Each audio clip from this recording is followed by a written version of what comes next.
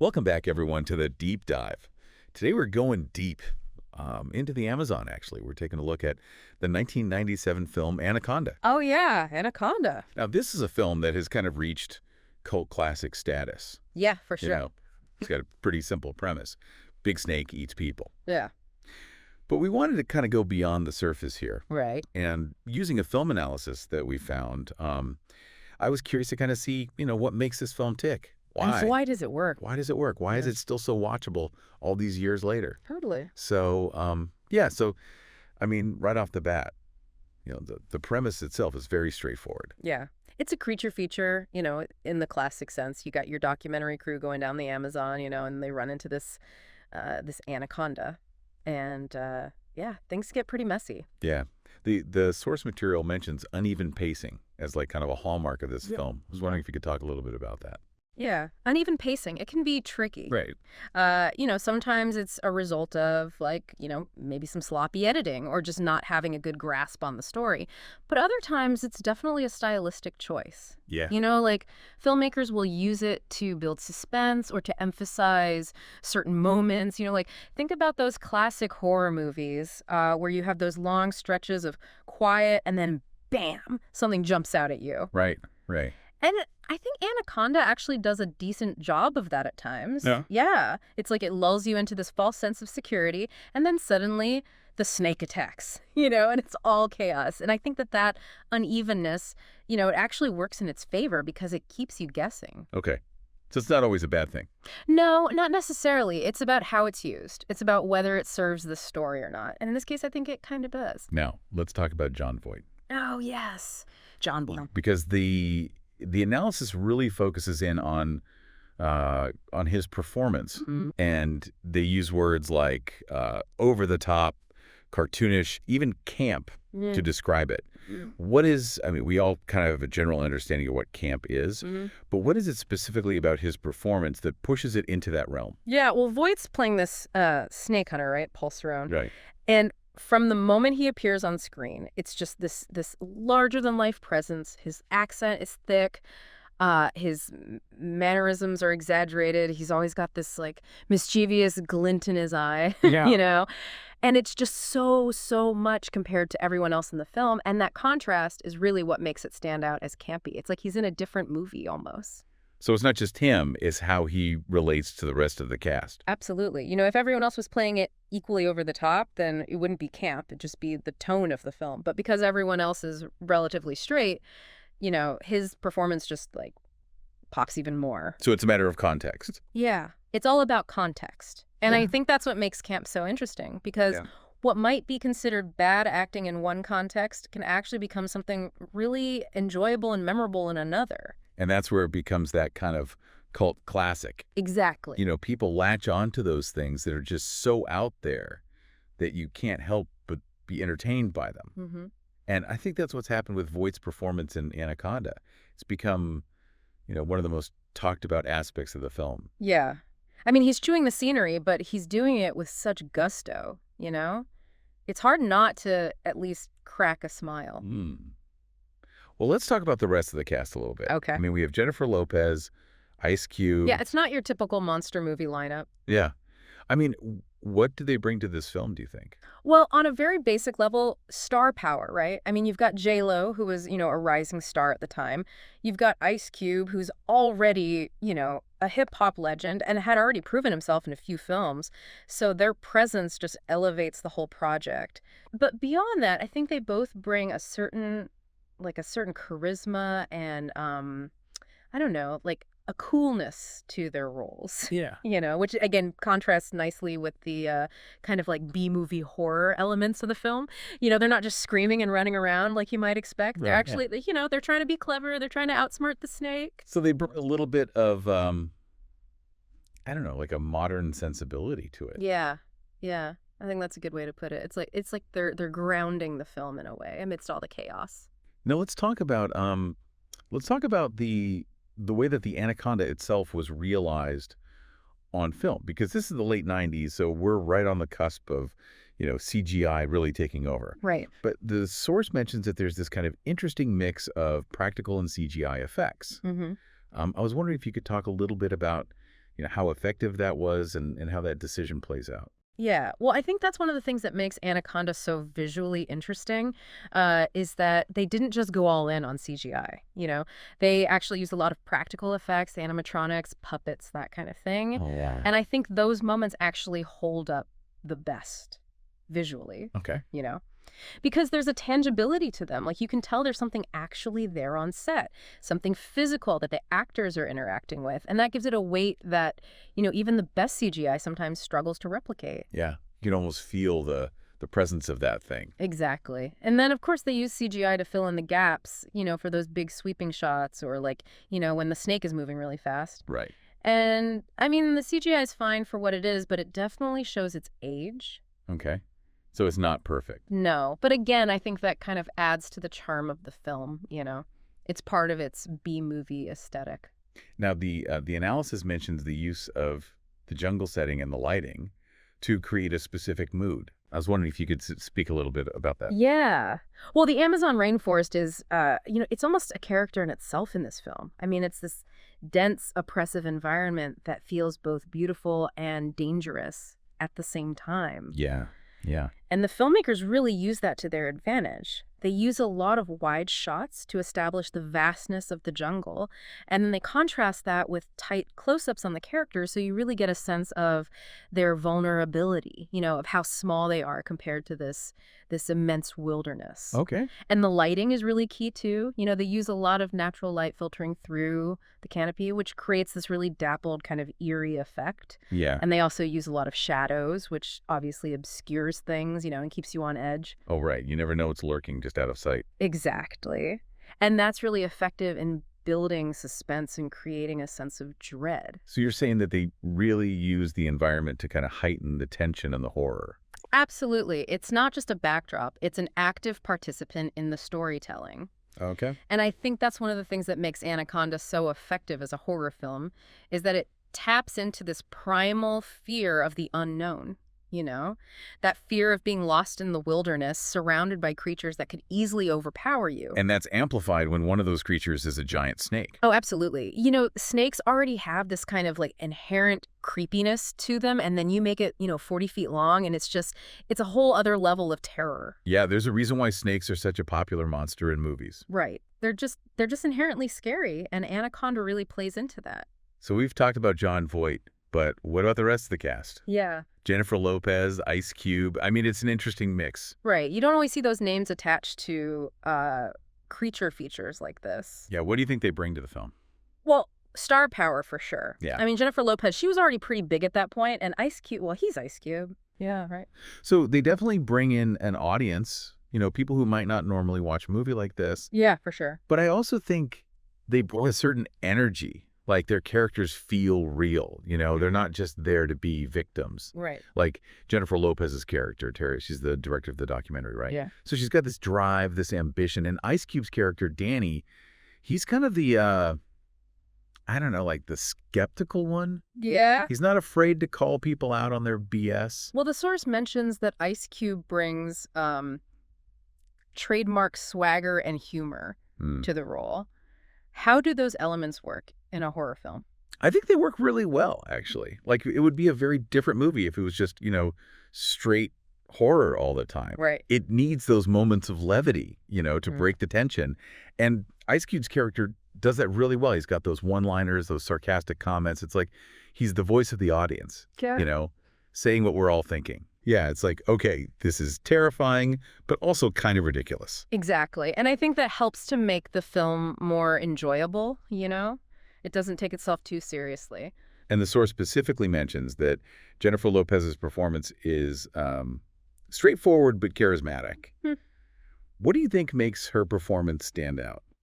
I think she's just really believable. Like, you buy her as this documentary filmmaker who's suddenly thrust into this crazy situation. Okay. She's got this determination, but she's also vulnerable. Yeah. You can see the fear in her eyes. And I think that makes her relatable. Like, you can imagine yourself in her shoes. And there are a couple of other pretty well-known actors in smaller roles. Yeah. We've got Owen Wilson, Eric Stoltz. Yeah, like little cameos almost. Yeah. What did those appearances bring to the film? Well, I think it adds a layer of legitimacy, like, hey, look, we got these up-and-coming actors in our movie. Yeah, right. Like it's not just some throwaway monster flick. Exactly. And, it's fun for the audience to spot those familiar faces, even if it's just for a few minutes. It's like a little bonus. Now let's talk about the Anaconda. The source mentions that the creature design is pretty effective. Yeah, they did a good job with that. What makes it work so well, do you think?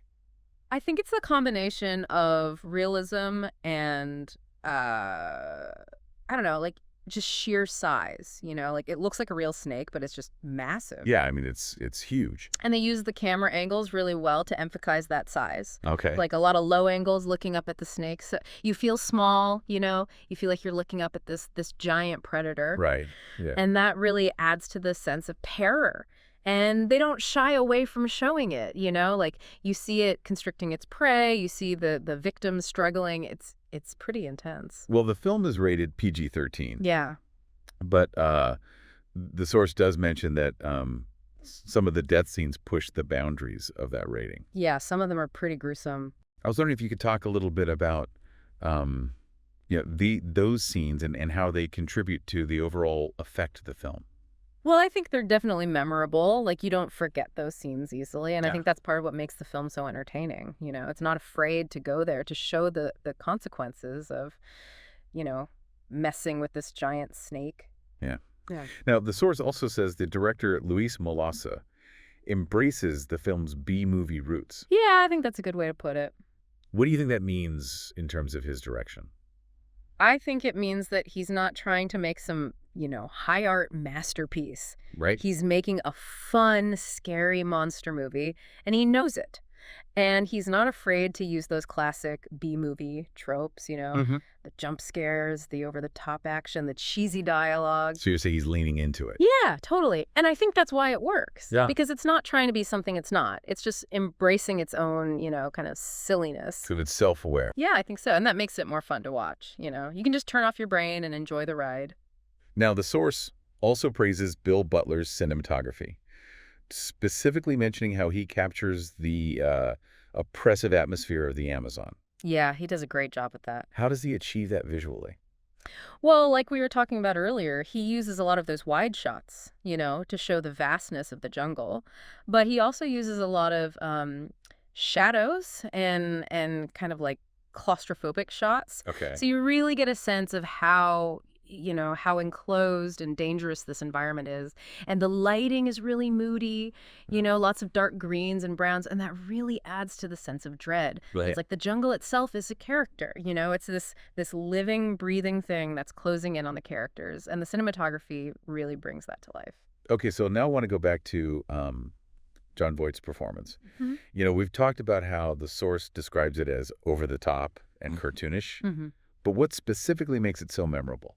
Oh man, where do I even begin? I mean, his accent is hilarious. It's like this weird mix of like Eastern European and Southern American, and his facial expressions, they're just so exaggerated. Like every time he's on screen, you just can't take your eyes off him. He really commits to the role. Oh, absolutely. He goes all in. And Yeah, that's what makes it so much fun to watch, It's like he's in on the joke, he knows it's over the top, and he's just having a blast with it. And it's become one of the most, iconic performances in the film. Yeah, for sure. People quote his lines all the time. Yeah, it's one of those performances that people just love to imitate. It's so bad. It's good. So we've talked about the directing, the cinematography, the special effects, and of course, Jon Voight's unique performance. It seems like all these elements work together to create Anaconda's distinct appeal. Yeah, it's a weird mix of things, but it somehow works. Yeah. So what do you think, what makes Anaconda a cult classic? I think it's a combination of things. It's got that B-movie charm, It's not afraid to be silly, to be over the top. Yeah. But it also has these moments of genuine suspense and even some like, pretty effective horror, and the cast is great, the creature design is cool, and it's a fun movie to watch. Yeah, it's definitely a movie that you can just sit back and enjoy, without having to think too hard. Exactly. And I think that's why it's endured, It's a movie that you can watch over and over again and it still holds up. So we've really dissected this thing. I mean, we've gone pretty deep here. Yeah. And it's amazing to me just like how many different elements are at play. Yeah. And I think it speaks to why it has become this cult classic. It's not just a dumb monster movie. There's a lot going on here. Right. There's like layers to it. Yeah, there's a lot to unpack. I think that's one of the things that makes cult films so interesting is that, on the surface, they might seem, I don't know, maybe simplistic or even flawed. But when you really start to dig in, there's often a lot more there than meets the eye. Totally. It's like they connect with people on a different level. It's not always about like, critical acclaim or even like, being a good movie in the traditional sense. It's about something else. Yeah, it's about that, I don't know, like that shared experience, like it becomes this kind of like cultural touchstone for a certain group of people. And I think that's definitely true of Anaconda. It's become this thing that people love to watch and quote and just like revel in its, in its B-movie glory. Yeah, it's like, it's so bad, it's good. Exactly. And that's a hard thing to achieve. That's You right. could just set out to make a so bad it's good movie. It has to happen organically. Yeah, it's going to be like accidental almost. Yeah, and I think that's part of what makes Anaconda so special is that it feels like it was made with, a certain amount of sincerity. Like they were trying to make a good monster movie, and they just happen to create this thing that's so much more than that. Right. It's like they stumbled into greatness. Yeah, and I think that's something to be celebrated. Yeah. Not every movie has to be a masterpiece. Sometimes it's okay to just have fun and embrace the ridiculous. Totally. And I think Anaconda does that perfectly. So what do you think, listener? Has we convinced you to revisit Anaconda? Yeah, go back and give it another watch. Maybe you'll see it in a new light. Or maybe you'll just laugh at Jon Voight's accent even more than you did the first time. Oh, yeah, definitely that. But either way, we hope you've enjoyed this deep dive into Anaconda. Yeah, it's been fun. And we'll see you next time for another... All right. Welcome back, everyone. Ready for another deep dive. Today, we're heading straight into the heart of the Amazon. Uh-oh, better pack the bug spray. Ah, you got that right. But no worries, we're taking the scenic route through the lens of 90s cinema. That's right, we're diving deep into Anaconda, that classic monster movie that made everyone think twice before dipping a toe in the water. Oh, Anaconda, a true classic. Absolutely. I mean, who can forget that giant snake? So whether you're a diehard fan or just curious about what went on behind the scenes, get ready for some seriously fascinating Anaconda trivia. Sounds good to me. We'll be cracking open a text file for this one. It's called c.txt. Straight to the source. And helpfully, it's labeled Curiosities about Anaconda. So let's get this deep dive started. What always gets me about these kinds of movies is how they take a real thing, like anacondas, and blow it up to epic proportions. Right, right. Gotta love those Hollywood embellishments. Though, to be fair, real-life anacondas are pretty impressive on their own. No, for sure. I mean, over 20 feet long, that's not exactly small. Definitely not pocket-sized. Yeah.